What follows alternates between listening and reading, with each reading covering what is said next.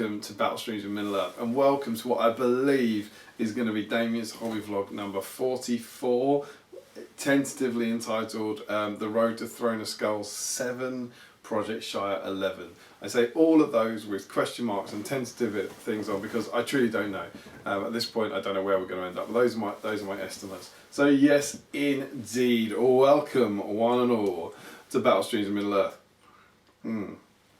This is of course our channel where we are attempting to help the community, the SBG community around the world, clear your backlog.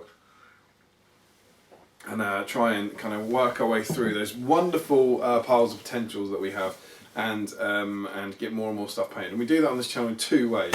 First of them is that every few weeks I host a live stream with a fabulous guest host where we look for an issue of the Extremes Partwork Battle Games in Middle-earth, and we all paint the models that came with the magazine. So every couple of weeks we hang out with normally about 50-60 people from around the world who are all painting the same thing at the same time, just for the love of the hobby. It's super, super cool.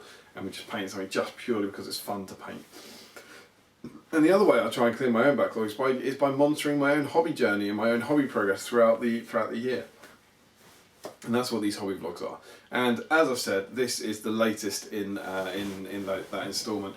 And it is the end of all things, or at the very least the end of this thing. This is the climax of my Throne of Skulls journey.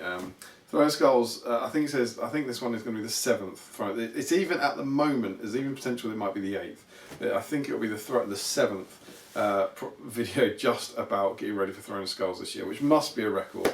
And I hope you've enjoyed that because I know a lot of people like the kind of the vlogging I do about this kind of event and these projects in particular. The reason I don't know is because at the moment when I'm recording this, it's long before I've edited the last few. So I truly don't know, but having had a quick look at the footage, I think there's going to be quite a few bits and bobs to come. So yeah, this is going to be my event review of Throne of Skulls. If you have been following my journey, the last sort of 6 vlogs or so, I've been looking about how I've painted everything and prepared everything and built this dear lady next to me and got everything ready for the event. But this one is going to be about the event itself. So no hobby in this video. There's going to be lots of pictures, hopefully flashing up at games, but mainly get some paints ready and get settled in for some painting. And I'm going to have a long and rambling natter about my favourite events of the year. If you are new here, make sure you hit that subscribe button down there. And if you have enjoyed the video, you watched the video, please do leave a comment because I'll try and reply to them all and it really does motivate me to keep going. So, where to begin, particularly given that I haven't edited the previous videos, but I am fairly confident in saying that in the last video you will have seen the fact that I completed this project. I completed my project at 9 PM on the day before Throne of Skulls. So the last thing I finished was Gandalf, and he was finished at about 9 PM. So that's where we got to. We got it all done.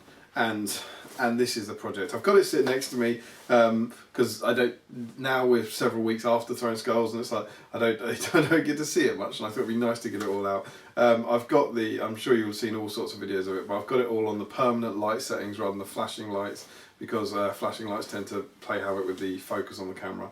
But it's nice to have it out here set up again and kind of reflecting on the journey that I've been on for the last, well, 6 months really. Since July I was working on it, probably about 5 months. All of July, August, September, October and November I was working on this. And as you've followed along in the past, it's actually been a project that's taken me 4.5 years in some ways. So it's a delight to have it done. And I think it's really important that just before we jump back in, I just want to summarise a few things. That firstly, I want to jump back to when I first set out this project, which is in hobby vlog number 39. So this was I think hobby vlog 39 starts on the 20th of October. The 20th of October was when I was really kicking into gear with the vlogs for this. But obviously this project had been going a lot longer than that. As I said, painting for it since July, but planning for it for 4.5 years. And everything about this Throne of Skulls project was about this board. Everything about this was to try and win Best Army. So I'm going to use the midst of time to go back and show you what I said in hobby vlog 39 when I started this journey. Suffice to say, placing well at Throw Skulls this year is well and truly out of the question. A lot of people forget that Throw Skulls is still a Swiss ranked tournament, and your results in that Swiss ranked tournament make up half of your tournament points. So despite the fact you get tournament points for your favourite game votes and favourite player votes, to have any hope of winning the event, you have to win 3 games, and ideally 4 or 5 games. I will be lucky to win 1 with this nonsense, I think. Maybe I'll win 1. Maybe if I lose my first 4 and I'm down the bottom tables, I might be able to scratch win. But I'm going to be lucky to win 1 with this absolute nonsense. So yeah, placing well at Throwing Skulls is completely off the table this year. This is all about trying to win best army. I'm going all out for best army. And potentially getting my first best army win since 2014. The game results are completely immaterial. I don't care about it. I just want to take a super cool army on a super cool board and just have tons of fun with it. I want this to be. I don't think this is arrogant because it's hypothetical at the moment, but I want it to be the best thing I've ever made. I think the best thing I've ever made so far is Bag End. The Bag End I made for Throwing Skulls in 2019. That's the best display board I've ever made, the whole execution of it, and I want this to be better than that. That's my goal, and then obviously as ever I'll be hoping for a best army nomination, and then if I get that, it's then in the hands of the people. But that's what I'm going for. I'm going to go all out hobby wise to try and win best army at Throwing Skulls this year. So that's it. So I'm now going to crack on. So there we go. Placing well is completely off the table this year. It's all about trying to win best army. I want this to be the best thing I have ever made. I'll be hoping for best army nomination. I'm going to go all out hobby wise and try to win best army at Throne of Skulls this year. So that was my aim.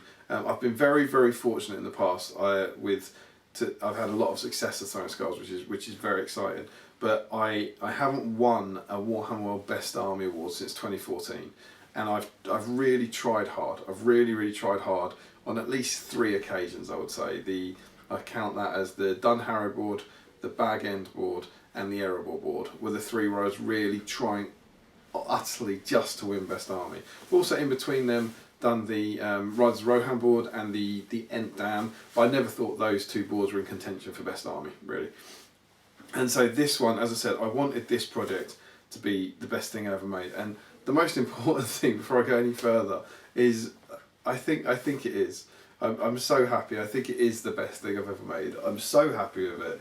I'm absolutely delighted with it. It lives in the cupboard now. It's kind of deplaced a load. Deplaced, that's probably not a word, but it's dehoused a lot of other stuff. And I was, from a hobby point of view, I was super chuffed with it. But we're going to this event to try and win best army. So that's the plan. That's all we're hoping for. You find that out on day 2. So obviously on day 1 the judges are kind of come around and look at it, and on day 2 during game 4 you find out if you got best army nomination. And if I got a best army nomination, I'm then in the conversation to try and win best army by the player vote. So that's the plan. That's what we're aiming for, and those were our goals for the weekend. So I eventually finished it at about 9 PM. Mark was here. I will have thanked these guys on other videos, but Mark really helped get me over the line on Thursday and Friday. Mark Stone, couldn't have done it without him. And Michael Haskell, who helped me the previous Friday, Saturday and Sunday, as you would have seen in previous vlogs, couldn't have done it without him.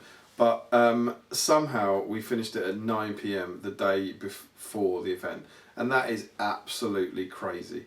Absolute lunacy. So by the time I'd packed up everything, because obviously we finished it at 9 PM, but then the board needs to be packed up, the models need to be packed up, my overnight stuff needs to be packed up, and all this sort of stuff. But by the time we were actually ready to leave, it was about 11 PM. So we left London at 11 PM to drive to Nottingham the night before Throne of Skulls, which is crazy. By far the latest we've ever left for these things, and it was horrible. It was really unpleasant. It's not a cool story about how it was late and tense and all that. It was really not fun. But thankfully, the only saving grace was I had Mark with me. So because Mark was with me, we chatted away. I think we grabbed a McDonald's, which was like our dinner, basically at about 11 PM to eat on the way, and he was like feeding me chicken nuggets and stuff. But it was fairly horrific. But Mark was an absolute trooper, not just in helping me get the project done, but also in then kind of keeping me alive on the drive. Basically, I've been so sleep deprived that week, and I wouldn't recommend this at all. But yeah, we drove up, and we actually, as knackered as we both were, having it finished and having the thrill of the event to talk about and all that was really quite cool and really quite exciting. So a lot of fun was had on that journey. And we eventually got to our Holiday Inn at about 1:30 in the morning, and obviously the bar was shut and everything. And I have to say, as for it was inevitable. I don't see there's any way around it. But I was really disappointed to miss that Friday. That Friday night for me of any tournament is so important. That social, but particularly Throwing Skulls, where I work so hard on a hobby project that I really, really love. Just chilling out in the pub with my mates and chatting about it and kind of relaxing, and to be kind of robbed of that by the extreme stress of finishing the project wasn't great. You know, arriving at 1:30. I also normally have the best night's sleep I've had in weeks on that Friday night. You know, normally the plan is get there on the Friday night and if for the first time, in at least a week, I'll have a full night's sleep because I won't be worried about this. Whereas the opposite was get there at 1:30 and then immediately try and get to sleep. So it wasn't a great start, but you know what are you going to do? That was the state I had left myself in, and poor Mark was also getting there for that time and was he had finished his army, so he didn't deserve that. But so we got there and I believe we treated ourselves to a cup of tea in the room and then instantly fell asleep. And then of course Saturday morning rolls around and it's Throne of Skulls Day. This is the event I've been waiting for since the last Throne of Skulls, so for a year. It's the project I've been waiting for really for 4.5 years, and definitely the project I've been working towards for 5 months. So there's a lot riding on this, and the first thing I have to do is get dressed. I believe you will have seen this dashing suit in a previous vlog where I was actually talking about when I got it and all that, but I was delighted after my cloud suit last year to have a fireworks suit this year. I've mentioned before that it was River from Bugman's who came up with the firework theme, and all that was remaining was the need to do my face paint. Massive shout out to Mum, who did the headdress, created the headdress for me with the glow sticks in it, and that I then wrapped all the lights around, and yeah, I had to do the face paint. So I put the face paint on, trying to make it look like a burst coming out from the middle, and then the most disturbing tradition in my life is that for the last 3 years I've been something shiny. I was the Arkenstone, so covered in glitter. I was then the sun covered in glitter, and now I was a firework covered in glitter. And so the phrase that we always use is that for the last 3 years, on the morning of Throne of Skulls, I strip down to my underwear and I kneel down in front of Mark in the shower, and he blows his glittery load all over my face. So that's what Mark does. He puts glitter onto his hand and blows it into my face.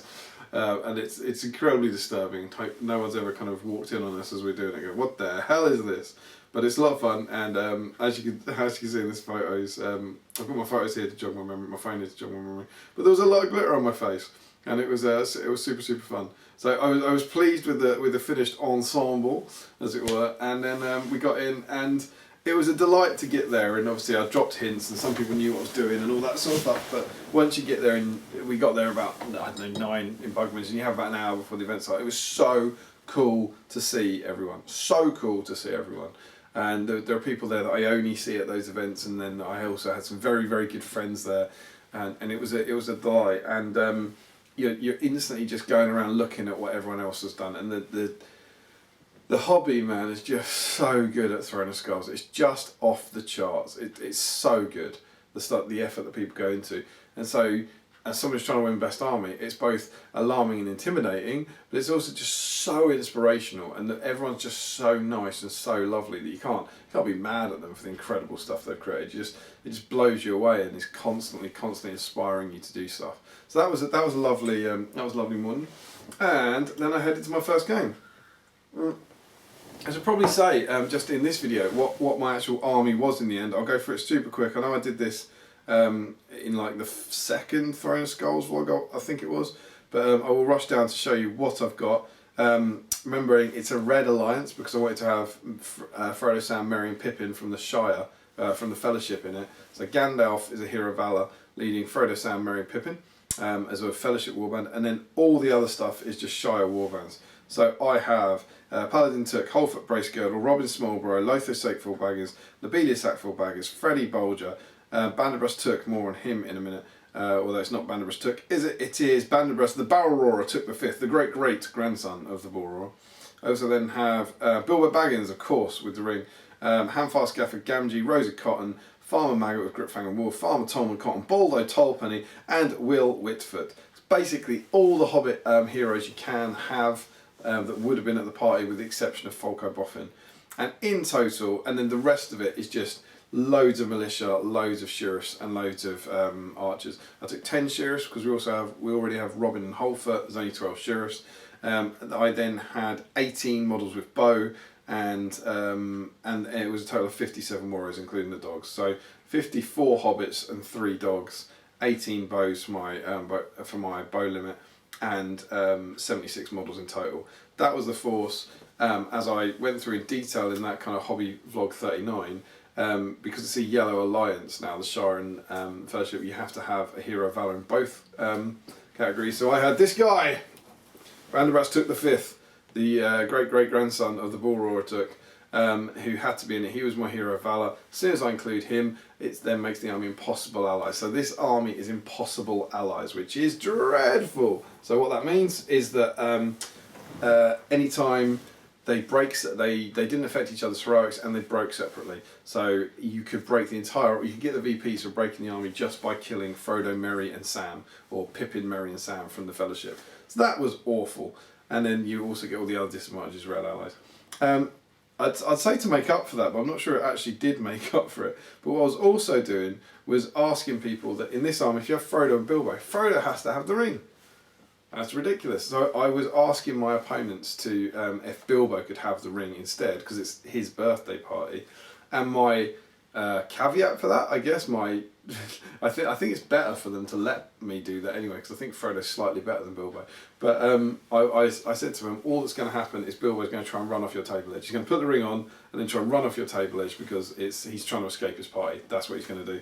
So, and I'm delighted to say, spoilers, everyone just said yes immediately. Classic Thrones guys were like, yes, of course you can do that. So that, of course Bilbo should have the ring. So what that effectively meant was I was also 40 points down, because Bilbo was taking no part in the game, and that was the ring, arguably the most useful piece of war gear I have, or the most useful tool for taking down enemy models. And then the other thing was that Banderbrush comes with a horse, and I didn't want a horse because there's no horse at the party. So as you can see, the only Banderbrush Took model I've got is on a 25mm base. So at the start of every game, he just dismounted. So he just never had his horse. So that means I was effectively playing 50 points down, as if the army wasn't awful enough. I was playing 50 points down for the whole weekend, which was super, super fun. The other fun twist is that we were using secret objectives. These are the secret objectives from the match play guide, and we got handed a nice little set of them to take away with us. I think there's 12. And the way it works is at the start of every game, you select 3 that you think you can achieve, you put them face down, and then your opponent picks 1 at random, and that's the one that you have to try and achieve. They would be a tiebreaker. And then finally, our last bit of admin is just to remind you how the scoring system works for Throwing Skulls. So what happens is you're scored out of 60 points, and there are major wins and minor wins. You can get 6 points for a major win, and then less for minor wins, minor losses, yada yada. But you have 5 games, so if you get 5 major wins, that's 30 points. So half of your 60 points, half of your tournament score is your gaming score. And it's a Swiss rank tournament, so obviously just like normal, you're playing the people who are winning, basically. So you have to, if you want to do well, you have to win your games. And then your the other half of your score is made up of the soft scores. So at the end of the tournament, every player votes for their 2 favourite opponents that they played and their 2 favourite armies that they played. And for every one of those votes that you get 3 tournament points. So in theory, there's 5 games. If all 5 of your opponents vote for you as favourite army, then you get 15 points. And if all 5 of your opponents vote for you as favourite player, then you get 15 points as well. But of course, they have to get divided between that each person's 5 different opponents. basically. And that's how the scoring works. So 50% is your gaming score, and 50%, it's basically 50% gaming, 25% hobby, 25% sportsmanship. Makes your overall throwing score. So, I jumped into game one, which was against Sam Bridgewater, and he had the Defenders of Helms Deep. And the scenario I ended up picking for that one, or being picked, was Worthy Leader, which meant I had to have my leader survive the game having suffered no wounds and spent no fate points. So that was Gandalf. And that felt achievable if I kept him at the back. The scenario was destroy the supplies, and it goes without saying, as I often would at this tournament, I assumed I would lose the game. Defenders of Helm's Deep is a great army. He completely outshot me, even with me having blinding light. So I knew there was no way I was going to win any form of shooting war there. As I said, I had about 18 bows to be able to stand off, but they're very kind of weak bows. So let's have a look. Hopefully, you'll see some pictures popping up. So you can see the way he's lined up there, where we've got the elves behind the Rohan warriors. I can't honestly remember the heroes at this point. I'm sure the heroes are going to come up. He definitely had Aragorn. I'm presuming he had Theoden, because I think you have to, and we'll see who else he had. But you can see the way the army's lined up there, fighting across the Osgiliath on a kind of fun Osgiliath board. And you can see my traps right at the start. The traps were fun. I'd never actually used them in this edition before, but they were kind of fun, and your opponents have to set them off really, unless they want to spend ages going around them. But by and large, they did nothing. They achieved very, very little, and they slowed down a couple of warriors gradually. And as you can see, the lines clash, and the hobbits kind of charge in. And basically, I just got kind of murdered. Really, it was a dreadful business.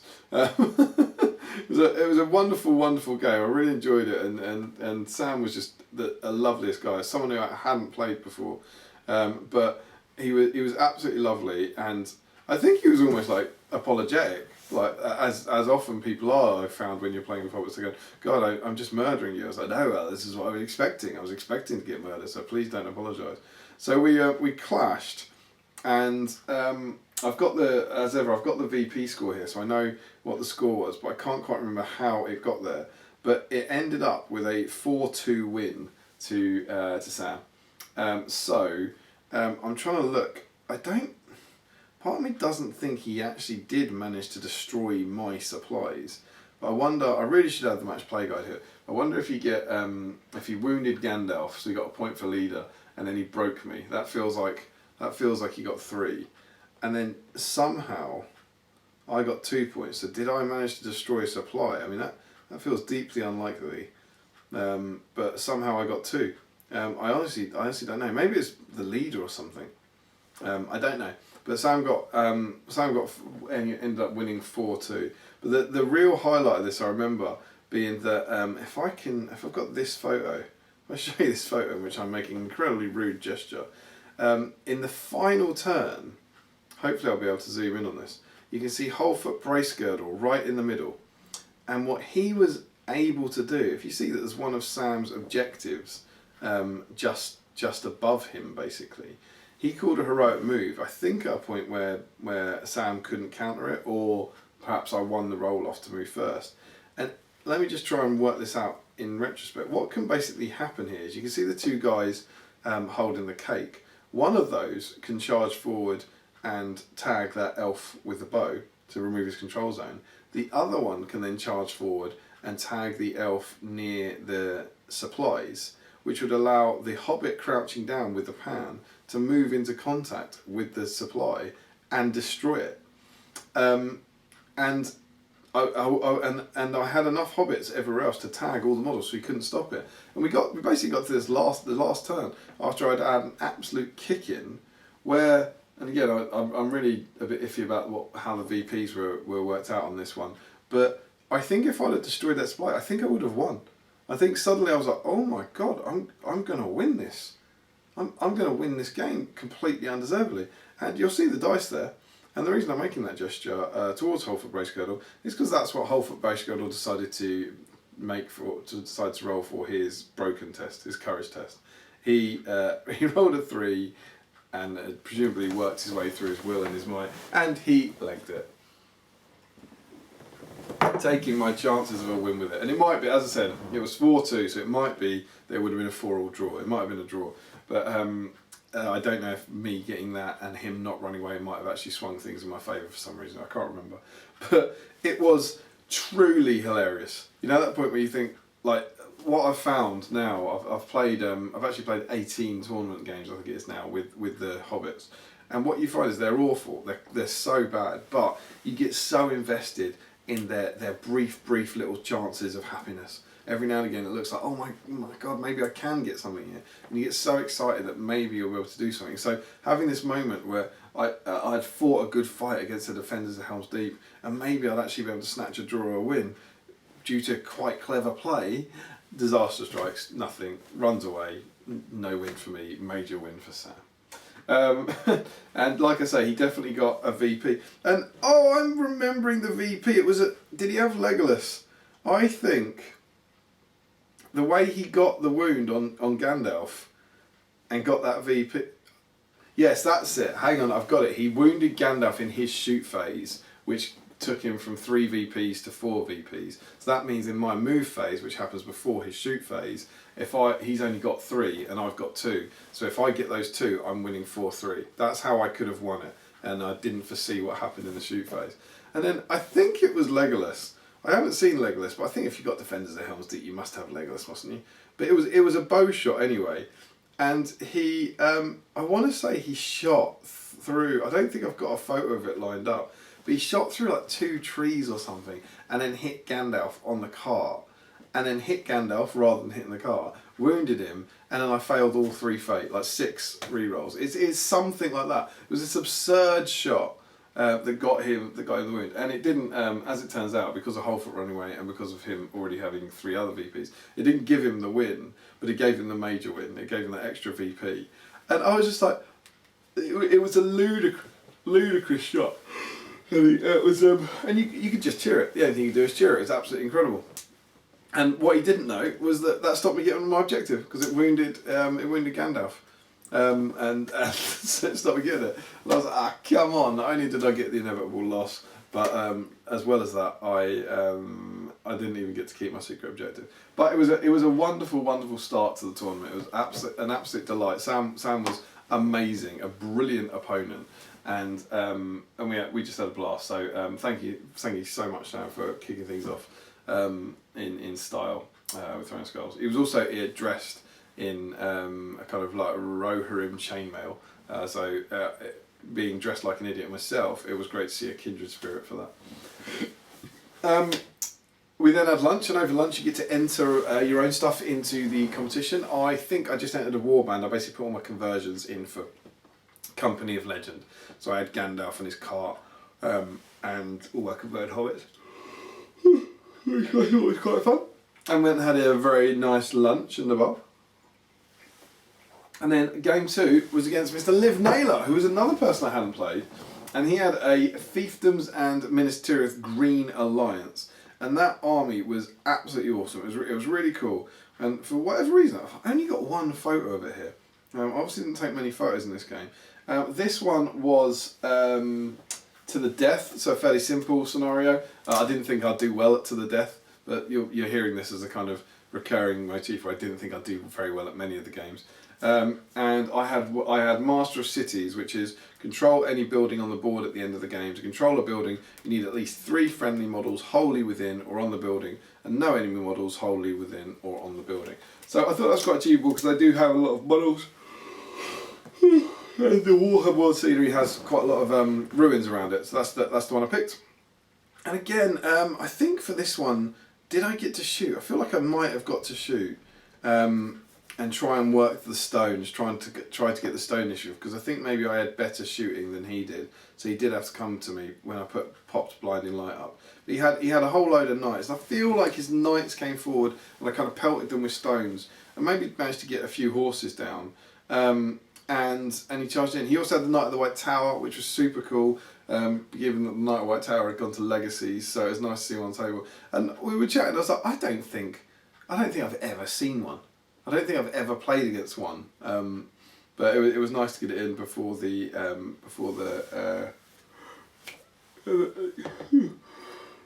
well, it gets legacy, and so he doesn't get to play at Warhammer World anymore. I just realised I've got the cake on here as well. One of the kind of fun side games I was playing, as well as trying to get Bilway to escape, was that if anyone, I had some festive bake rolls, I think they were, that looked a lot like the cake I made. And if anyone managed to kill the cake bearers, they got a festive bake roll. So that was quite fun. And I found that all my opponents became really irrationally and disproportionately interested in trying to get the cake, which was exactly what I was hoping for. It was wonderful. So yeah, we charged forwards. The lines clashed and the hobbits died in their droves. He had Elisar, he had Imrahil, and the Knight of the White Tower, and it was just awful. They just charged in and just murdered the hobbits. The hobbits all fall down. I talked about this a lot in Archon. They just struggle so much to do anything of note, basically. But we clashed. We had a great game. Liv was absolutely lovely. I think I was able to work my flower pots a little bit in this. I got the flower pot placement for Gaffer Gamgee right, and I think the flower pots did kind of work. But I just couldn't get the kills. It ended a 2-0 win to Liv, which is a major win. I'm just trying to work out why that would be without the thing here. I suspect, is that just having a banner? Maybe his banner survives, so you get 2 banners, 2 VPs at that. It's possible, I mean I don't know quite when this one was taken. It's possible that he didn't break me and he didn't win Gandalf, which are the main ones there. So I think Liv might have won just for having the banner alive, possibly. But he won 2-0 anyway. It was a wonderful game that I truly, genuinely enjoyed, and it was nice to play a very different force with the Gondor fiefdoms to what I played in the first round. So that was super cool. We then had a short break, and then I was delighted, overjoyed, supremely excited to play Mr. Chris Webster, one of our own patrons. And not only that, but he was also someone who has contributed to the board, as I've said in previous vlogs. He had sent me a Folco boffin that became either Frodo or Merry. I can't remember which one his ended up being. But so that was awesome. And Chris is a hobbyist of incredible skill. And he had brought along the White Council. So let's be absolutely clear, not the Vanquishers of the Necromancer, just a kind of super fluffy White Council list composed of Saruman, Radagast, Gandalf, Elrond, Glorfindel and Galadriel. So we had 6 models that were stunning, like beautifully painted, on this lovely little Dol Guldur display base, I think was made out from one of the kits. And what even made my heart soar even more than this is that the 6 models were all models from Battle Games in Middle-earth. So they were all models that had come with the magazines in those red blisters, which is what this channel's all about. And he's painted them up gradually. And so you had these wonderful, wonderful 6 retro models, not a Legendary Legion. So they were just the White Council army list, where I think they get, I can't remember, is it +1 to resist if they're within range of another White Council member.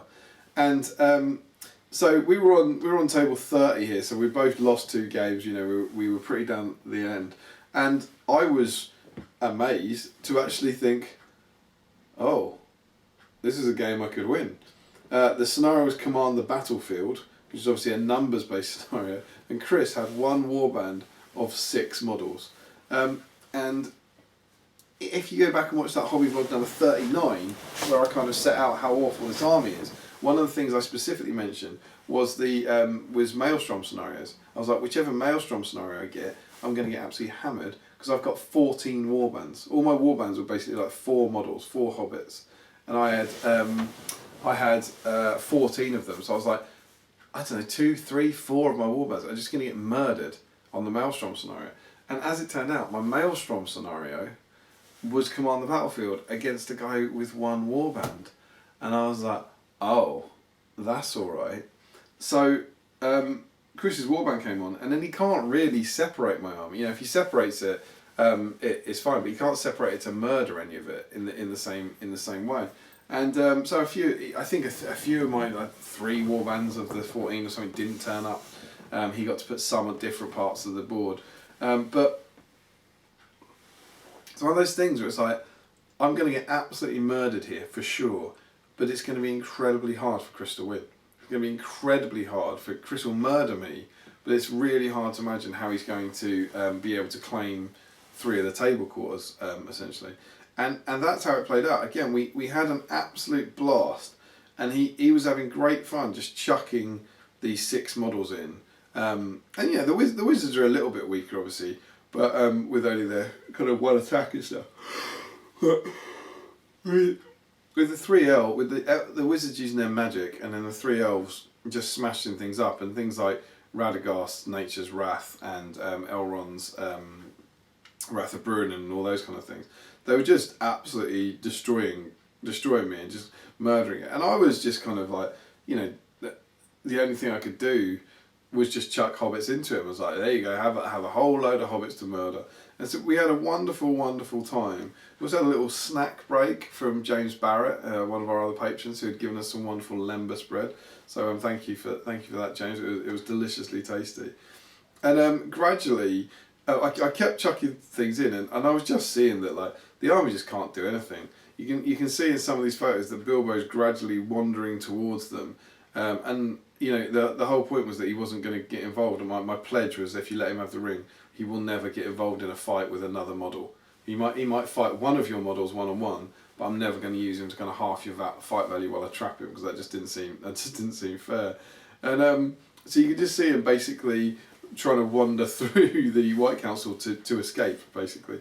And there's a wonderful shot here of Galadriel trying to eat some cake and trying to devour the cake as she's fighting it and get a hold of the cake. It was wonderful, and it was such a great way to end day one. And Chris was just so sporting. Like he was sitting there, you know, knowing full well that he couldn't win the game effectively. Like we were chatting about it afterwards. As I've always said, I'll always say on this channel, I don't really believe in auto losses. I don't think there are, but I was like, I can't really see how he could win that game. The only thing we considered was if he did split the whole army up. He's got three attack models. Could he send one of those to each quarter? But we were like, the odds of he said the only way the army works is when they're together and they can support each other. And I kind of agree. I think if he'd sent Elrond and Glorfindel off, maybe they would have been able to claim a quarter, possibly. But there's no way he's going to stop me just chucking a couple more hobbits in on the edges, miles away from them. So it was about as much of an auto loss as you can possibly get in SPG. And he was just so lovely about it. Chris is just, he's a hobbyist of exceptional ability, and a human of exceptional ability as well. So we had an absolute blast, and it was around this time as well that I was chatting to his partner Katie, who had is also a fantastic person, a fantastic hobbyist, and had brought an incredible ride out display, which was something that I don't think I'd ever seen before, which was the keep inside Helms Deep, that where as they're riding out to kind of smash through the Uruks as the Uruks come through the door. And that was really, really cool, not least because I had a cameo in it with my sun outfit from last year. I was first light coming through the window, which was adorable, so thanks for that, Katie. And then underneath that, she had the glittering caves, which were actually glittering. They had LEDs in the back wall, and as quite the fan of LEDs this year, that was very much a bit of me. So massive well done to both Katie and Chris, because they just brought full on A game to Throwing Skulls this year, and it was absolutely amazing. So well done, guys, and thank you to Chris for a spectacular end to the first day. And then we all headed into Bugman's. We got the now traditional massive burger for dinner, and I became casual firework, took the headpiece off, so it's just face paint and suit, so he looks super trendy. And we did the standard Green Dragon quiz, which is lots of good fun. Really good questions in there as always. Lots and lots of fun. Lots of audience participation. We didn't win it this year. I think we were a few points off winning it this time. I had an absolute blast quizzing the evening away. It was a lot of fun. It's always a highlight of these tournaments for me. And then we managed to stumble back to the Holiday Inn, and there was a big group of us there, and we just drank for a bit. We just sat and chatted and recounted war stories like Cal. I was there with kind of Mark obviously and Cal and a lot of the Team Diva guys, but then also the Planet Mithril guys. So Tom Thorpe, more on him later, and Jeb and all that sort of, like those guys were all there as well. So it was a big group of us. And I was desperate. However tired I was just desperate to make up for the Friday. You know, just desperate to have those conversations, and it was just so nice, just chatting to those guys and chatting the night away over a few drinks. It's just such an important part of this hobby to me. And the other thing I haven't actually touched upon, I haven't mentioned, is that this Saturday was the pre-release day. It was the day that everyone was ordering their stuff, all their new edition stuff, the box set and all that kind of stuff. And I had just been so. I don't know what the word would be, stressed in the morning. That hadn't even crossed my mind. You know, doing face paint and bringing this and getting 100 hobbits out of your case and all that. It hadn't crossed my mind to order anything. So I remember being utterly sleep deprived and kind of half cut in the bar and going online and ordering a load of toys. So I got myself Thorn, Frecker, Punchy Helm, Birder and 2 Hill Trolls. I ordered all those and don't really remember it. I just remember waking up the next day and past Damian had basically bought me a treat. I was like, oh, cheers, that's kind of cool, that's kind of fun. So it's really cool, kind of being at a tournament around that kind of thing, and the icebreaker at every game was like, oh, what did you buy, what did you get, and all this sort of stuff. So that was super cool to see how excited everyone was about all the new toys and everything. And yeah, it just that whole kind of thing, and then swapping war stories and talking about what we'd ordered in the pub till the early hours was just lovely. And then I probably went to bed really far too late to be sensible, given what we'd done the day before and everything. But I just didn't want to miss out on chatting to my chums. So yeah, crashed out in the early hours and again had a very enjoyable night's sleep. And then we woke up, did the whole thing again. Breakfast, dressed, glitter, bang, very excited. I think I tried to make the face paint on the Sunday is generally better because I've learnt from the process or whatever, and the headdress was better on the Sunday as well because I was able to glue them in. They're glow sticks that had to be cracked, so obviously we had to replace them for the Sunday. So you couldn't really glue them in on the Saturday because you knew you'd have to get them out. Whereas this time, I don't know if I'm ever going to wear that headdress again. The suit, yeah, I mean obviously the suit's great. Lots of use out of the suit to come. But I'm not sure the headdress will ever come out. So I was like, if I glue these in and I struggle to get them out, it's not the end of the world. So I think the directionality on the glow sticks was better on day 2. And so we rocked up, and my first game was against Mr. Paul Merritt, and I was just overjoyed. We were trying to remember. I've known Paul probably since about 2012, probably for about 12 years, and I pretty much only see him at Warhammer World events. And I don't think we've ever played. We didn't think, because I remember getting to the day when he was like, finally. And I've known him lots. He's a very good friend of Sam McGuinness, and I've played Sam a lot of times over the years. But I've never played Paul. And that was a joy. You know, Throne of Skulls is a super chilled out tournament. Everyone on day 1 had been lovely. But you obviously, you want to play, you do kind of want to play your mates, you know, and people that you've known in the hobby. And like, you know, I'd never met Sam or Liv, or sorry, I had met Sam before, but I don't think I'd ever played Sam or Liv before. And I knew Chris from being one of our patrons and stuff. But, you know, Paul's someone that I've known for 12 years and never played a game against. So it was super awesome to get to play him. And he brought Ents. There was a lot of Ents at Throne of Skulls this year. They're obviously a popular army. I think there's going to be a lot next year, given how good monsters are now in the new edition. But he had the, I'd taken Ents to Throne of Skulls a few years back, and I think he had the exact same army, which is Treebeard, Quickbeam and Beachblade, and then 4, isn't it? I think you get 4 more? Yeah, 500 points plus 480. So he had this Ent army, and again I was like, oh my god, they're going to murder me. It's like the only things, this is what I was terrified of. I was terrified of everything. I was terrified of everyone's army. But the only things that I can tackle anything big with, I was just worried about anything with multiple big threats. I've got Gandalf, who can like immobilise one and strike. And then I've got Sam and Banderbrush, who can heroic strike from fight 3. That's no guarantee, man. That's not like a happy, oh yeah, we'll get this, we've got this in the bag. And the only other thing I use is Bilbo, and I pledged not to use Bilbo because I'm a idiot. So we set up, and I was like, well, I'm going to get murdered. But the scenario was, I didn't mention the results. The other one against Liv, I had Master of Cities, which was control of building, and I managed to get that, so I got my hidden objective. and against Chris I had taken hold,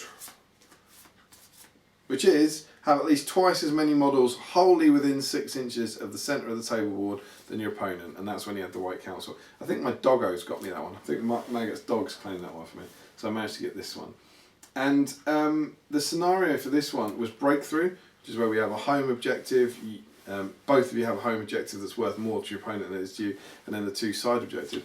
And I suddenly thought, I was like, oh wow, actually, this is a bit like against Chris. I was like, I've managed to draw an objective-based scenario against an army with very, very few models. They only had 7 models. They have 9 if you include Merry and Pippin, obviously. But for the most part, they've kind of got 7. And so I decided to see if he would throw stones, because actually 7 Ents throwing stones is pretty powerful. But he decided not to, and he came forward. And so I started shooting him. And it was the first game when my shooting was actually effective. And I might be misremembering this, Paul. If you ever watched this, feel free to let me know in the comments. But I feel like my shooting got Treebeard down to like 2 wounds, no fate, and 1 Ent down to 1 wound. I think I managed to get two of the Ents down to like 1 wound, and maybe the hero Ent had like fate. But I was really quite pleased with kind of how much I'd done from that, and I was like, okay, so relatively soon those 2 Ents will die. I'll get the warrior Ent will just fluff his 6s, and I'll be able to do the last wound on him. And Treebeard, I'll chuck all my resources into killing, and I'll be able to do it. No, did no happen. The game looked amazing. I kept taking these photos from different angles and stuff because it just looks so cool. But you can see his kind of army of Ents storming forwards towards my brave little line of hobbits who were just trying to have a nice party. You can see it over on the what would be Paul's right flank. You can see Bilbo desperately trying to get away from the party, and Quickbeam did catch him at one point, but I think he managed to survive. You can sort of see on the side here, I've got this breakaway group that's kind of Wholefoot Bracegirdle, Tom and Cotton, Farmer Maggot, and Paladins in there somewhere, I think, and our Merry and Pippin, and they were my flankers. They were trying to kind of get around the Ents and get around these houses. And it kind of worked. So Paul storms into combat, and they were just devastating. They were just they would obviously win the fights and just destroy me when they won the fights. But I was doing my best. Bandabras put everything into trying to kill the Ent. So I think the Ent that's just under Gandalf's firework here is the wounded one. And so I put Bandabras took one of my only strikers in to try and take him down. And I'm pretty sure he fluffed both strikes. I think both strikes he didn't even get to 7, so he couldn't even tie the fight value. And Paul was having so much fun bludgeoning heroes, and I've got so many heroes to bludgeon. And that he was just, was it 19 heroes I think I had in the end, like 18 of which are hobbits. And it was just absolute chaos. And I was generally able to kind of move first because I had so much might and he had so little might. But there wasn't much I could do, even when I moved first, there wasn't that much I could do against the Ents. And you see that as the kind of game goes on, my little flankers have kind of moved up to the central side objective, which is those 2 presents there. And if you look in the middle of those profile cards right at the back, you'll see Paul's home objective, and the dogs are making their way towards it. And so that's what I use my dogs to try and grab that kind of home objective, because they can use Maggot's courage as long as he's alive. And you can also see just down at the bottom we've got the kind of fight for the ages, which is Quickbeam facing off. You can see Tolman Cotton there. You can just potentially make out Farmer Maggot's base behind him, and I had these guys fight these farmers desperately trying to fight against Quickbeam. And there was one turn, well, I can't quite remember how it worked, but Tom and Cotton, I think it was played an absolute legend move where I think he called a heroic move but didn't call with me, and the heroic move was just to tag Quickbeam so that the hobbits could all then move past him. It wasn't to try and kill Quickbeam, but it was just to pin him in place, so that then it was something like that, so that the next time they were able to move past quick beam. So Tom Cotton basically tried to sacrifice himself for the good of the army. And then what actually happened was Tolman Cotton and Maggot killed Quickbeam. Maggot sliced him down. I've got this photo here of, there's a 5 next to Tolman Cotton. I can't think why the 5 would be there. It might well be that was the roll to wound. I needed one last roll to wound, and maybe he had a might point that turned it into a 6 or something like that. I can't quite remember. But there was, I remember, I'm pretty sure Farmer Maggot cut down Quickbeam, which was amazing. But I don't think I killed any others. The ones that were on borrowed time, just kept borrowing it. The Treebeard who was down to 1 wound. And that's important as well, because I remember that coming up. My secret objective was send a message, which is kill the most expensive hero model, including war gear, in your opponent's force. So that would be Treebeard. And I remember Treebeard, as I said, was down to whatever it was, 2 wounds, no fate, or 1 wound, 3 fate, whatever it was. And I was like, I've got him. I'm going to get my secret objective here. This is awesome. And I never killed him. I just couldn't do it. I got those wounds off him with shooting in like turn 2 or turn 3, and then never touched him again for the whole of the kind of 2.5 hours. And I've got this little photo here because one of the absolute joys for me, one of the highlights, was that Rosie Cotton, who's unarmed, defeated Treebeard in a fight twice.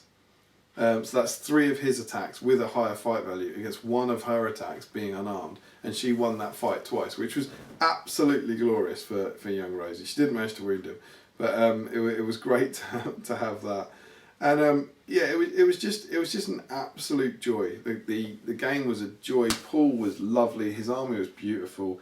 I didn't manage to get my secret objective, but because I just had the models, I was able to flood past him. I did get broken at the end, and so there were some nervous courage tests.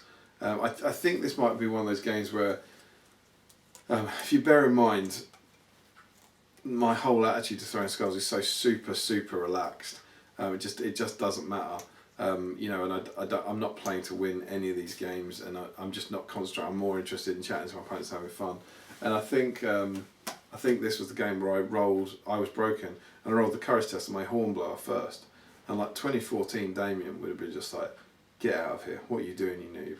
And so he legged it, but then, and Paul was like, why did you get your Hornblower first? And I was like, oh, because I'm an idiot. And then one of my dogs ran away by 1 point, and Paul just let me have it. He was like, no. He was like, I failed my courage test by 1. And I think Paul was like, no, because you should have your Hornblower this turn. And he was like, the Hornblower runs away at the end of the turn for sure, but you should get to use it for the turn. And that's how I like playing the game. Do you know what I mean? That is how I like it. And I was like, are you absolutely sure? I was like, yeah, absolutely. Because it's that idea where you don't want to win a game because your opponent's done something stupid, not because they don't know how the game works, but just because they weren't thinking about it, because they were too busy chatting and laughing and being dressed like a firework.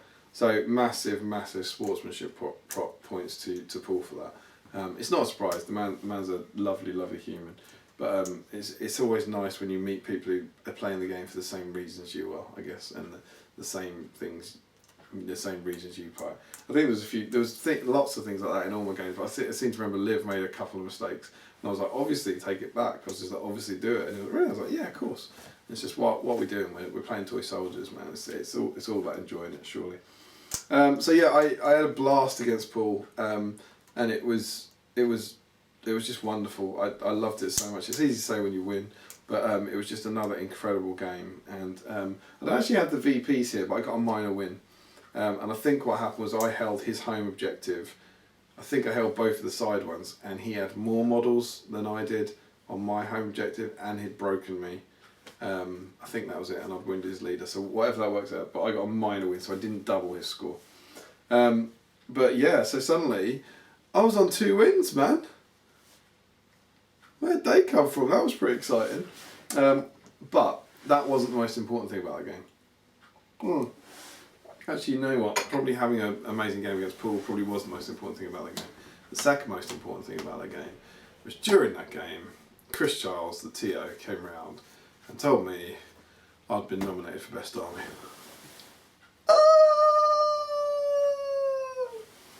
cannot tell you the relief. Now, I know what people are going to say, and they said it on the day and all that. And I was like, of course you're going to get a nomination. Of course you're going to get a nomination. And to that, my friends, I say no. That isn't how it works. We've been here before. The example I use is when I took the Erebor board, where it was the big Erebor board with the gold pile. That didn't get a Best Army nomination. And to me, on that day, I was like, oh wow, people were saying that's awesome. You know, of course you'll get a nomination. Of course you'll get a nomination. And I didn't.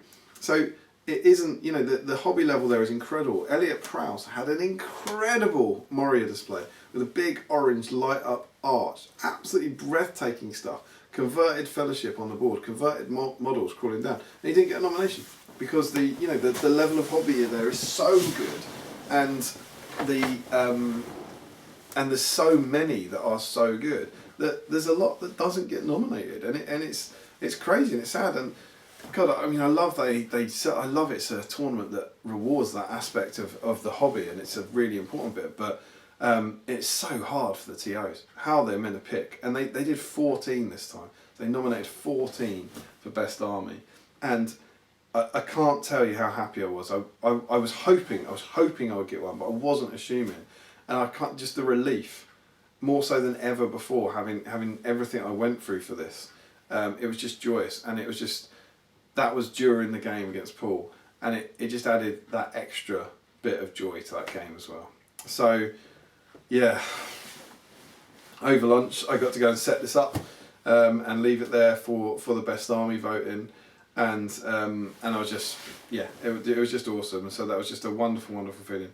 And my God, the hobby. I mean, you will have seen lots of these from other people, but. I haven't got photos of them all, but Katie, I was delighted that Katie got nominated with her Ride Out board. Chris got nominated, which was brilliant because he didn't have a huge display board, but the judges had seen how good his painting was. So he got nominated. Tom Thorpe from Planet Mithril had been nominated for his amazing scratch built Orthang. Cal was still right, his Ents have been nominated. Alex Fury, Spiders were in there. Phil Beale, who was my kind of Hobbit brother-in-arms, he had the Battle of Bywater, so the climax of the Scarron of the Shire, and his board was incredible. I've got some photos here, but they will never do it justice. That I'm sure it's probably on screen at the moment, but it looks like a fairly standard, amazing board. That you've got these kind of two halves of green, and then you've got the kind of gully in the middle where the ruffians are being ambushed. But what you won't be able to see from this, because I haven't got photos of it, is that if you look at those little holes in the side, they're fully dressed hobbit holes, and you can look through them and see out the other side of the board. So inside that board you have a completely fully painted and furnished hobbit hole, like a few of them, and they were lit up. It was just incredible. And I just wonder if Phil's board potentially didn't get the recognition, because you'd almost miss that. You'd almost just look at the top and not realise that all this other stuff was going underneath it. But just so good, and so more. I don't remember like everyone's names of everyone that had their stuff there, but there was an incredible Moria one that had like a two-way mirror that made a kind of infinite corridor, like so it looked like you were looking down the kind of Dwarrowdale corridor. Like really, really clever trick, and just the stuff was just absolutely stunning. So.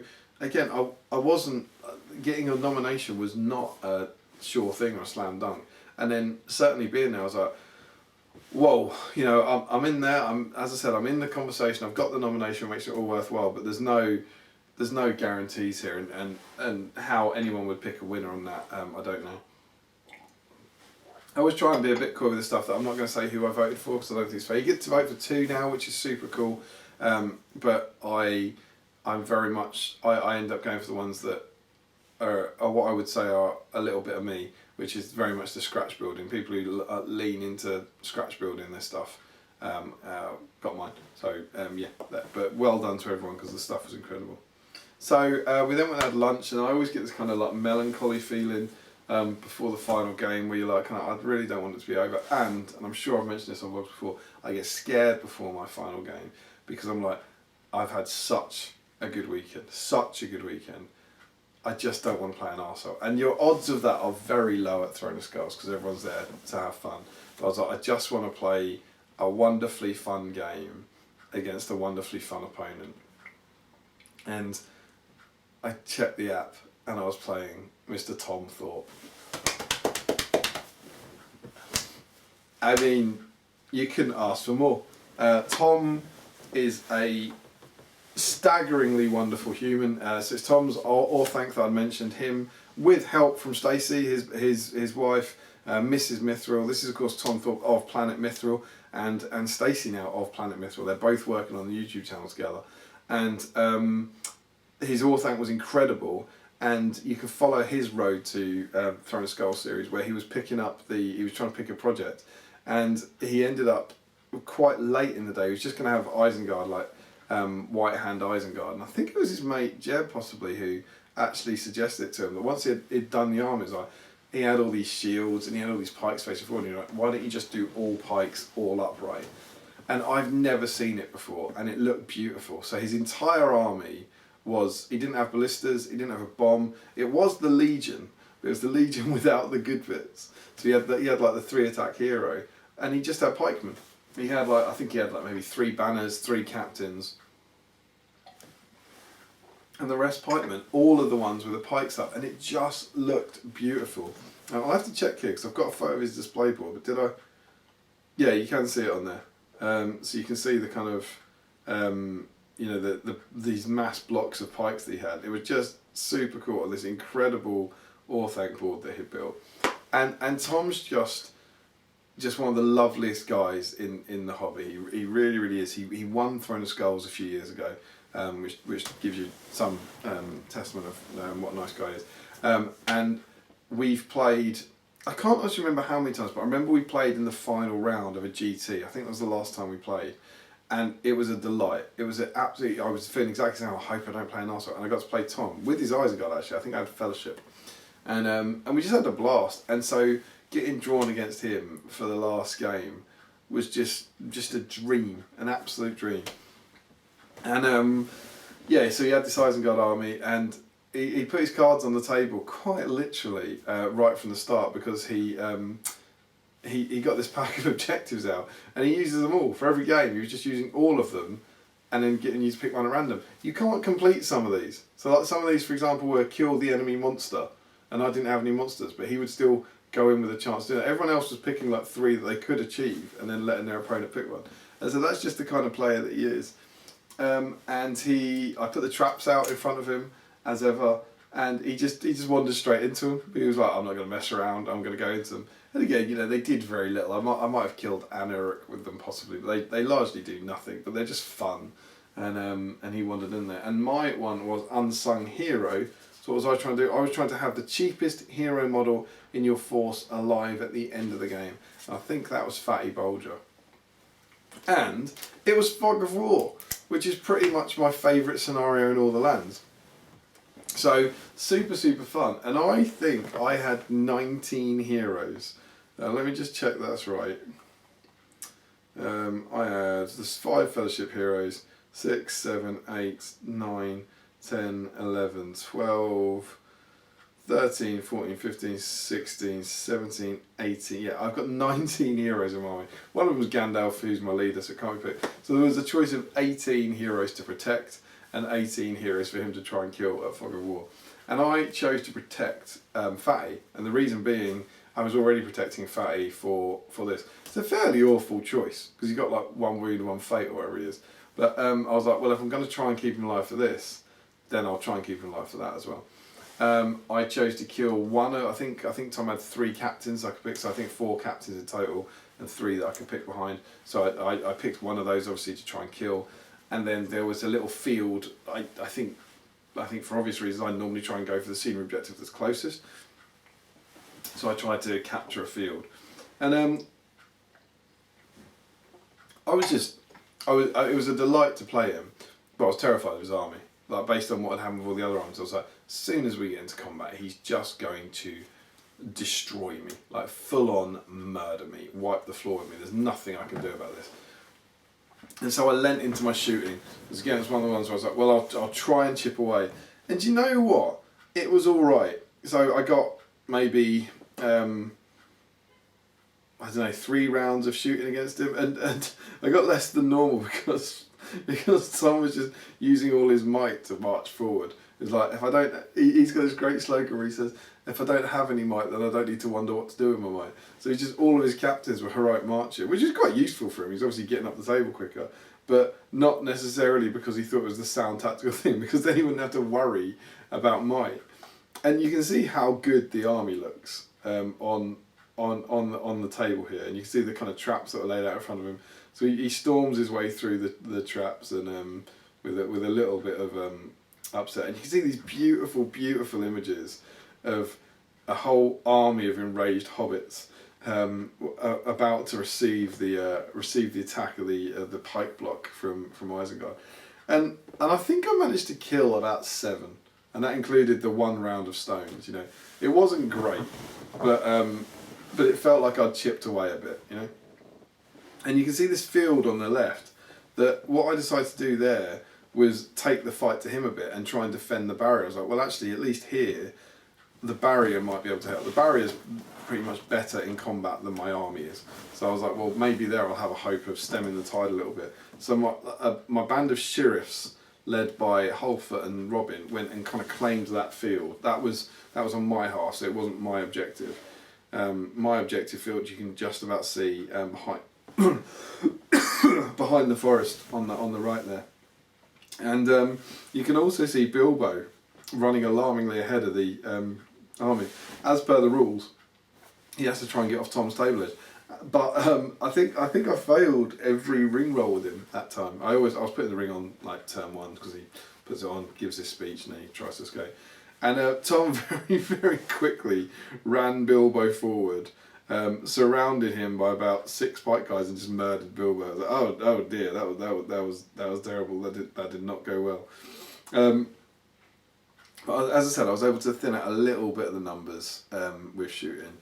The field we called it the Field of Death. It quickly got called the Field of Death, and it did help. Like, the barrier did help, but even then, they were just fighting their way through, stepping over. The hobbits were falling. They were coming in. And gradually, I started kind of beating this retreat, and I did put my line up and kind of try and hold them up a bit, and try and charge through. And you can see my army's kind of deployed in kind of 2 lines. So I had another wave, chucking stones at some spear supports or pike supports where I could, that sort of stuff. And I was trying to hold back the tide, and I just couldn't. They just started, you know, getting in and murdering. And potentially the highlight of the game was Gandalf's firework to the cart, which had done nothing for the entire tournament. I hit the captain that I was going for, that I was trying to wound, with a firework, and wounded him. And I can't tell you how excited I was about that. It's the only time the firework did anything, and what it did was get me a VP.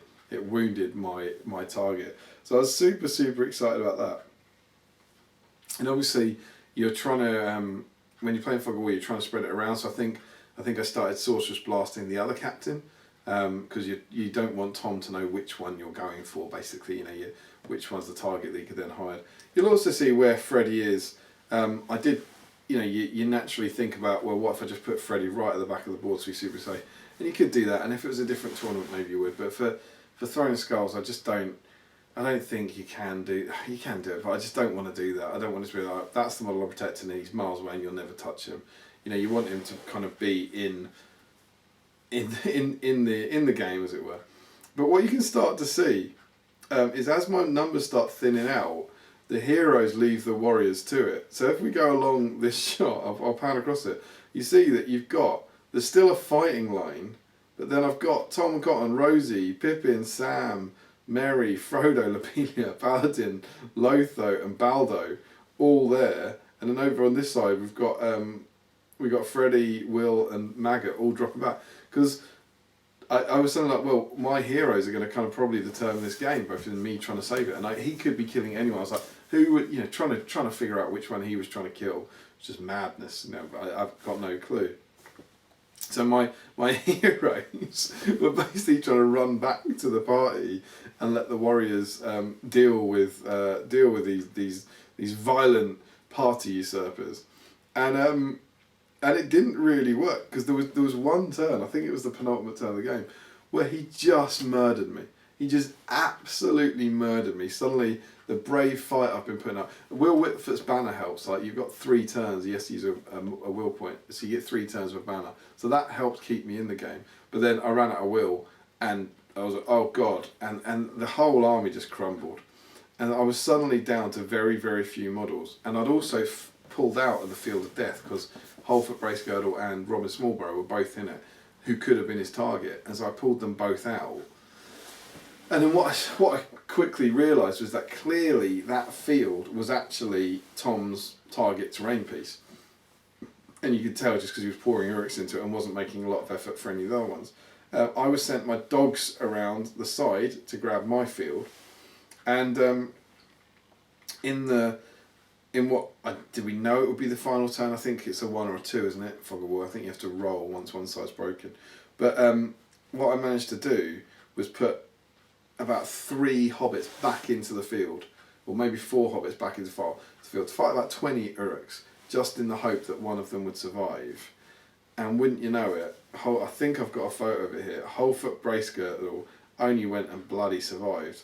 So if you look at this photo, he's just backed away. It was there's a hole in the corner against those 4 Uruks where I think Robin Smallborough was murdered.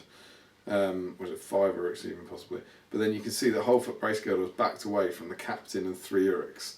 So that's 5 attacks, and I can't remember which way around he is. Is he 2 wounds, 1 fate or something? But he survived. He survived on 1 fate. So at the end of the game, look at that field. That's his target objective, and I've got 1 hobbit on 1 wound alive, which means that Tom only gets 1 VP instead of 3. Meanwhile, for me, if we now pan over, I don't actually think you can see the Uruk, but you can see Gandalf standing right next to Sam, and just behind that smoke column is the Uruk captain, the one I wounded with the firework. That was my target, and I commanded him out.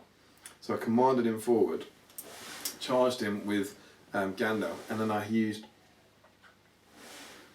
my last few models to basically touch all the other Uruks. So if we just pan over this, you'll see that like the cake guy is touching those 2 Uruks. You can just see the base of another little hobbit charging the Uruk in front of Sam, so that he can't get in. Then the next Uruk pike there can't get in because the other 2 Uruks are pinned in place. And then around the other edge, to get them in, I then had to start chucking my heroes in. And I was like, because I needed Gandalf and Sam, because Sam still had a might point, I think it was. Possibly he was doing a heroic strike, and obviously Gandalf and the captain are the same fight value. So I was like, it had to be Gandalf and Sam fighting this captain for me to kind of guarantee the win, as it were. And so I chucked in Baldo to tag 1. I chucked in Lobelia to tag 1. You can see Frodo there is his place so that no one can get in between Lobelia. And just by suddenly, I've been protecting my heroes for the last few games, for the last few turns, but just to give myself a chance, I had to throw Holfoot, Robin, Baldo, Lobelia all into harm's way and just hope they weren't Tom's targets. But then it comes to this final fight in the middle, and I think Sam, if he did heroic strike, he must have choked, because the fight was a tie. We were tied on fight 5, and we all got the 6. And the roll-off came, and the roll-off was a 3, which goes to evil, except it went to me because I've got Glamdring with Gandalf. So I won it because of the Elf Blade. And at that point, I think he was already knocked down. He'd been knocked down by the cart before, I have a funny feeling. But I had the strikes on him, maybe 4 strikes from Gandalf, needing 5s, and I got 1, I think. And it was the last roll of the game, got me the wound that wounded his target. And it was just glorious. So he'd been wounded once by a firework to the face, and then once by Gandalf in the very last turn. And I've actually got a picture here of what I've got left. You can see, what is it, 3, 6, 10, 11, 14, 18 models from 76. I've been absolutely shattered on the table, and most of them are heroes, right? So I've got the dogs are alive because they're in the field, but if you discount the dogs, I think I've got 3 warriors left alive, and the rest of the heroes. So the forces of the Shire were destroyed utterly, but as is often the way with Fog of War, you can be destroyed and still manage to win. And I managed to claim my objective, which was worth 3 points. Which was the field with the dogs. I managed to kill my target, which was the guy I killed in the last round of the game, so that was 3.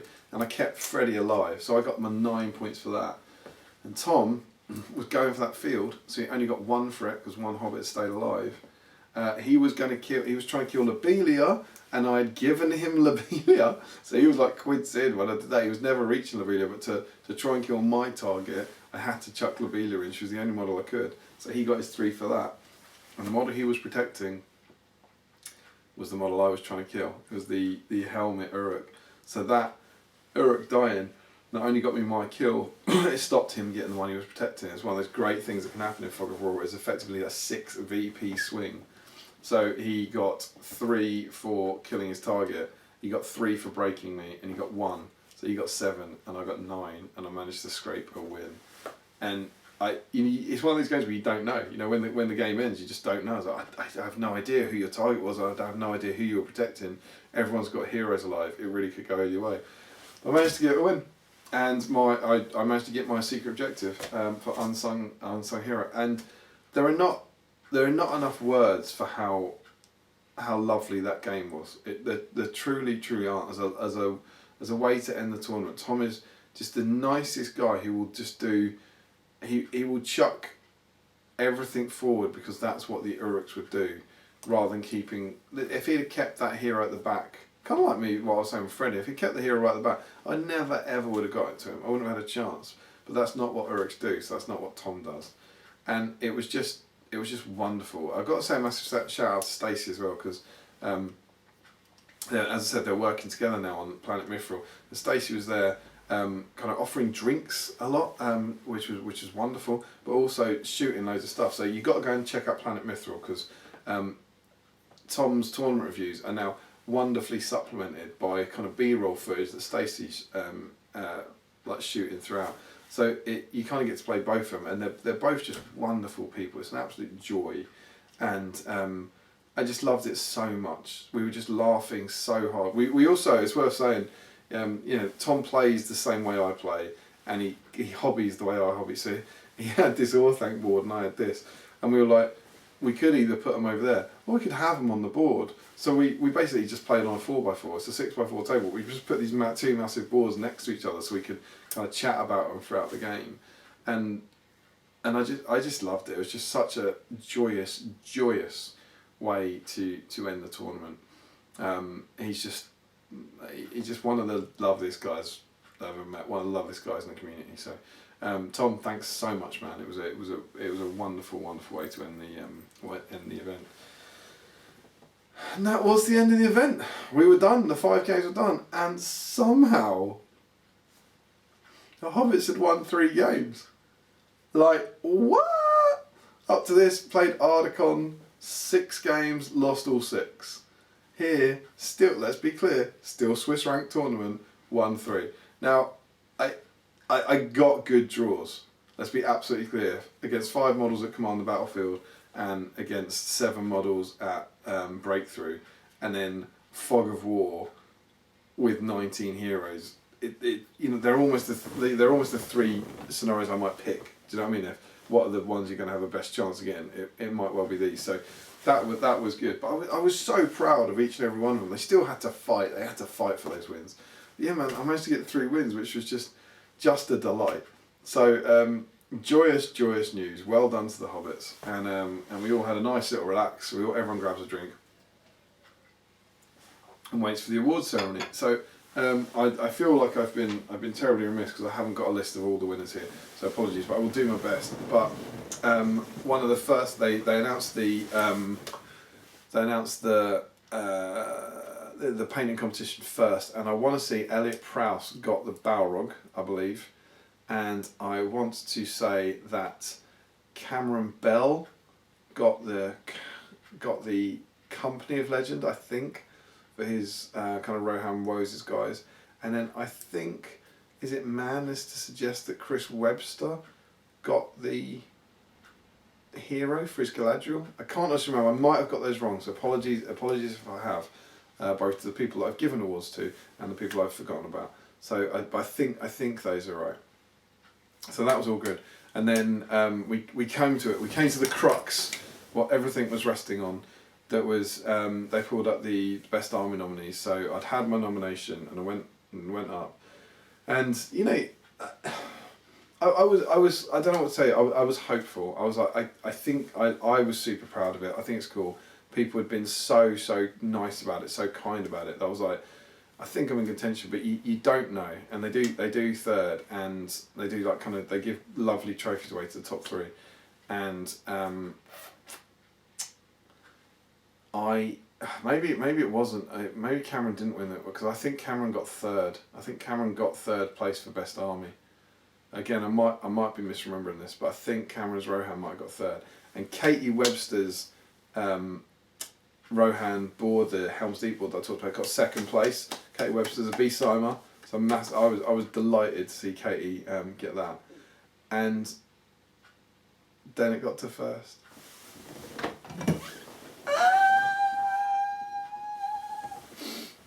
And I got it.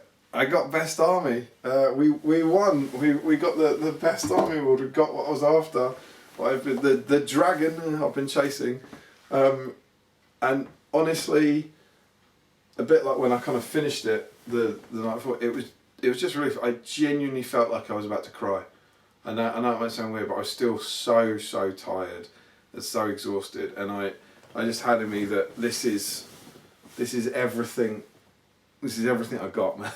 It's like I put everything into this, and I was like, I'm never going to make, as I said, I think it's the best thing I've ever made, and I don't think I'm ever going to top it. So if I'm not going to win Best Army now, I'll never win it. And getting it was mega. It was absolutely mega, and I was delighted, and I was proud, and I was relieved, and I was emotional, and it was freaking awesome. So that's voted for by the people there. So to everyone who voted for that, thank you so much, because you will probably never ever know what this means to me, but I've, you know, you always try and win these things if you're a hobbyist, kind of like myself, but since 2018, I've been trying to get this. I've been trying to get this award, and to get it, to finally get it, I was truly over the moon with. So all the hours, all the stress, everything you've seen in the last sort of 7 vlogs, and everything I've been planning for the last 4.5 years was worth it, and I am so happy, so happy. So thank you. So yeah, got that. I also need to say a massive well done to Chris Webster, who won the Judges' Choice Award for his army, which is awesome. Again, as I think I said, Chris didn't have a massive display award to display board to kind of wow you with. He just had his painting. So I was so happy for Chris that his kind of painting got like rewarded. He also got, and I want to be careful here because I always say this, that I won't say them all. I'm happy to say he got one of my best army votes. So you get to vote for 2, and Chris's army was just so beautiful. So he got one of my best army votes. And I will say that Tom Thorpe, it's not a surprise, Tom Thorpe got one of my favourite game votes for the last game. And I'm not going to say, as I said, I'm not going to say who gets the other one because I think it's kind of unfair. But honestly, truly, it could have gone to any of my other opponents. I had 5 amazing games. I would have happy been, and I really struggled to do it. But yeah, so those are the ones I'm happy revealing, and I tried my best to reward people, reward a selection of people with the other ones. But thank you to all my opponents. You're all wonderful. So we got to that, and then I sat down, basically sobbing. I was sitting next to Callum Rutter and just like about to collapse onto the table, and I was just like, and he was like, "Well done, mate," and all that. And then they called out the award for most sporting player. And I won that. And that one, like, you know, I'm not gonna lie. When this ran out, I was like, "What the hell is this?" I mean, I'd had 5 amazing games, I think, where we really got on with my opponents and everything. But I wasn't looking for it. I wasn't expecting it. I was completely like disarmed after this. Emotionally drained. I was gone through the rigour. But yeah, I managed to get most sporting player, which was just wonderful. So Andy Hamlin, the wonderful, the beautiful, the magical Andy Hamlin got second place. for that they now give out. It's the first time they're giving it away. They give like a award as a medal for second place at that. So that was awesome. And obviously you assume that means you got 5, particularly at Throne of Skulls. I think you assume that the person who wins most sporting got 5 most sporting votes. So that's a massive thank you to my opponents that all ranked me or our games. It's favourite. I think it's favourite game. I think you actually write down rather than most sporting opponent, but they're all kind of, you know, those things are kind of mixed in together, aren't they? And I remember just sitting down going, well, this is amazing. This is absolute delight. And Callum Rutter, not me, Callum Rutter, said, that's 5 and 5, isn't it? And I went, what do you mean? And he went, well, that's 5 most sporting votes, and that's 5 best army votes. And I said to him, I was like, well, no, that's not 5 best army votes, because the best army votes for that are completely different to the army. And Callum went, yeah, but you've got 5 best army votes, haven't you? You must have. And you know, it was one of those things. I was like, yeah, I suppose if I've won the best army, then I've got a good chance of getting those. And then Callum said, and you won 3 games. And I did. And I think he said, you're going to win it. And I was like, what? And then they got to the awards, and I hope I get the right around. In 3rd place, it was Aaron Mundin, who's a lovely human being. I was delighted to see him get a trophy. And in 2nd place, it was Zahir Perez, who's a lovely human, who's the guy who helped me build. Well, I did say help me build. He built the blocks for my Erebor board a few years ago. So he does his custom terrain. So go and check him out. And then it got to the announcement of the winner of Throne of Skulls, and you would bloody believe it. Title retained with hobbits. What the actual hell, man? And I don't even know. I'm still even thinking about this. I'm still giggling profusely. But yeah, it turns out that you know the 5 most sporting votes from my opponents and 5 best army votes, I got 5 out of 5 for both of them. So I got maximum points, and that, and accompanied by 3 out of 5 wins, was enough to make me clinch the top spot. And I just want to say, Michael Haskell pointed this out to me on one of the hobby vlogs that had gone up, like with bits recorded before Throne of Skulls. I'd like to take you back to hobby vlog 39, which is one we went back to at the start of the vlog, where I was setting out what my hopes for the tournament were. And I just want to play this clip now from the past. Suffice to say, placing well at Throne of Skulls this year is well and truly out of the question. A lot of people forget that Throne of Skulls is still a Swiss ranked tournament. To have any hope of winning the event, you have to win 3 games, and ideally 4 or 5 games. I will be lucky to win 1. So yeah, placing well at Throne of Skulls is completely off the table this year. How utterly crazy is that? Placing well at Throne of Skulls is completely out of the question. A lot of people forget it's still a Swiss ranked tournament. To have any hope of winning the event, you have to win 3 games, and ideally 4 or 5. I'll be lucky to win 1. Placing well is completely off the table this year. And to have said that on that video, and then won the 3 that he needed. Like I say, I'm pretty sure Tom Thorpe won it by doing what I did. He won it with 3 game wins, but then 5 and 5 for favourite game and favourite army. So you can win it, but all the other winners since in the 6 years they've been running this format have had 4 or 5 wins. And so I don't know how this Hobbit army won 3 games, and then I don't know how I won Throne of Skulls with 3 wins, but it was just absolute insanity. And I am delighted. They are. It's probably the crowning glory of my gaming career. They're the big 3 awards, like best army, winning the event, and most sported. I've got most of these before. You know, I've won Throne of Skulls before. I've won most sporting player before, and I've won best army once, but never at the same event.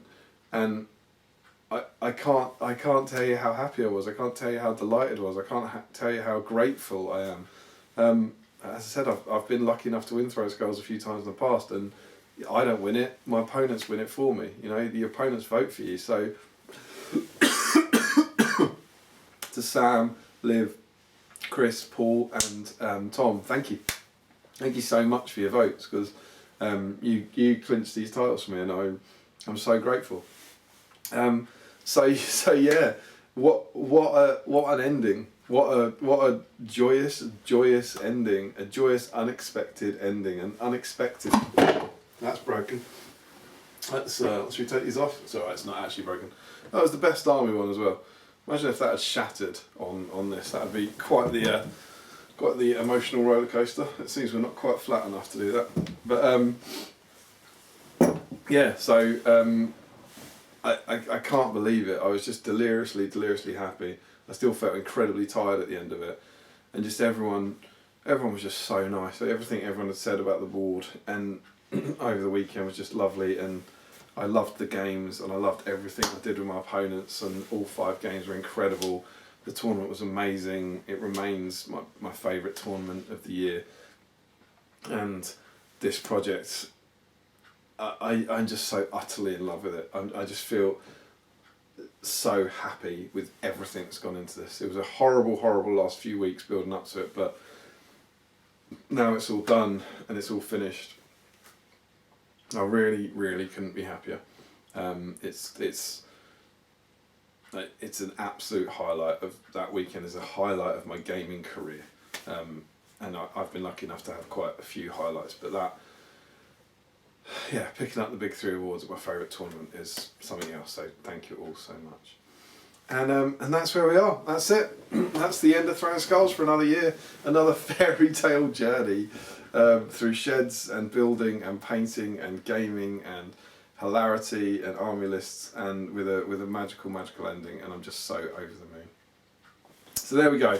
That wraps up our Throne of Skulls journey, but it doesn't wrap up the Shire journey for the year, because there is another unexpected party to come, and that will probably be coming in the next vlog when you see that one. But I think that's about everything. Throne of Skulls 2024 is wrapped up. Well done to all the other winners. I've tried to mention everyone I can. Well done to the organisers. Well done to Michael and Mark, who I wouldn't have won any of these without. So thank you guys so much for helping me, and to everyone else who contributed models and helped with the project. You're all absolutely amazing, and it's just you'll never know how grateful I am to every single person who helped to create this wonderful project. And so we turn to the future. Throne of Skulls 2024 is complete. Time to get ready for Throne of Skulls 2025.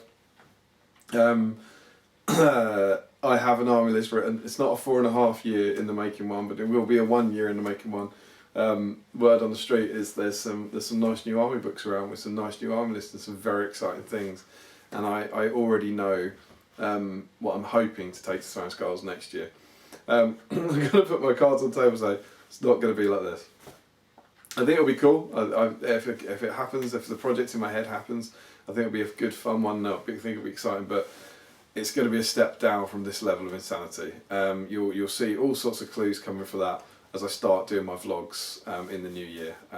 It's all going to be, my whole hobby year is once again going to be pointing towards Throne of Skulls, but it's going to be significantly less complicated and less stressful is my hope. Famous last words and all that, but I'm already super excited about once more going down the rabbit hole on a whole new fun hobby project, and I'm quite excited about it. So that's one for the future, and I hope there'll be a fun series of vlogs like this towards the end of the year, talking you through all that again.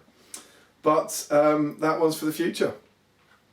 Beyond that, it's just time to sign off and on this wonderful hobby journey, and say that, you know, 4.5 years ago I set out to make this project, and in July I really got knuckled down on the project, and you know, I wanted it to be the best thing I'd ever made, and I think it is the best thing I've ever made.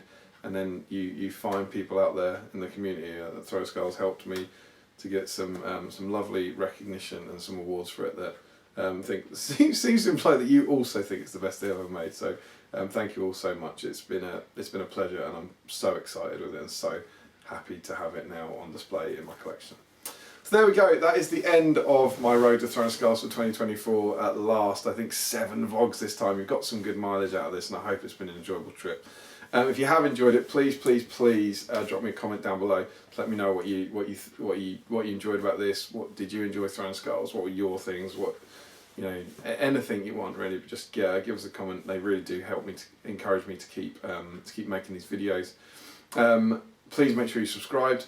The link to our Patreon is down below there, so if you want to join the coolest group of nerds in all of Middle-earth, please feel free to sign up to that. And beyond that, we'll be seeing you very, very soon on Battle Streams of Middle-earth, either in the next of our live streams or in the next of my hobby vlogs, where who knows what kind of crazy Shire-based antics I'll be getting up to. But it's sure to be a fun journey. Thank you all so much, and I'll see you very soon on Battle Streams in Middle-earth.